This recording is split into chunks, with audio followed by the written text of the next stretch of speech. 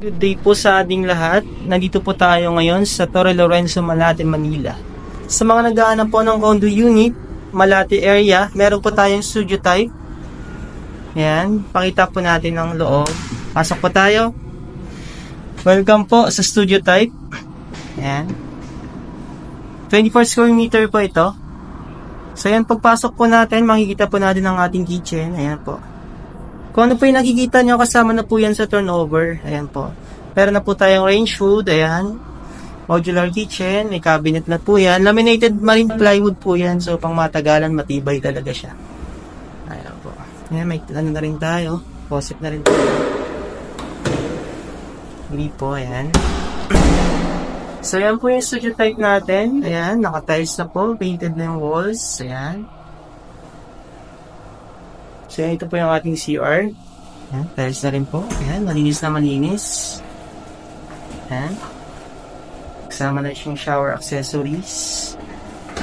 Ilaw na rin. Patayin natin yung ilaw. Ayan.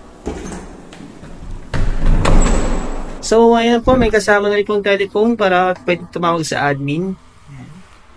Ito po, may kasama na rin siyang cabinet. Ayan. Laminated marine plywood na rin po yan. So, yan po yung ating magiging closet. Ayan.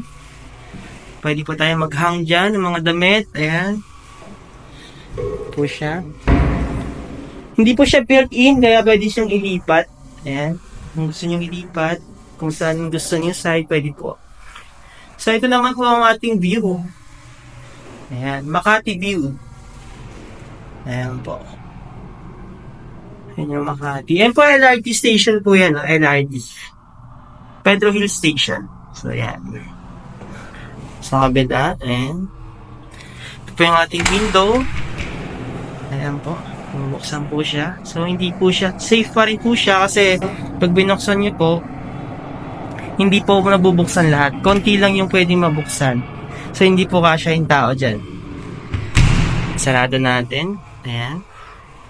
So, ito po yung kabuuan ng ating studio type. 24 square meter. Convertible po ito sa 1 bedroom. So, gusto nyo lagyan ng partition, pwede po. Dito nyo po lagyan ng partition. Ayan. Dito nyo po panlalagyan. May ano na rin po yan ng aircon. Provision ng aircon.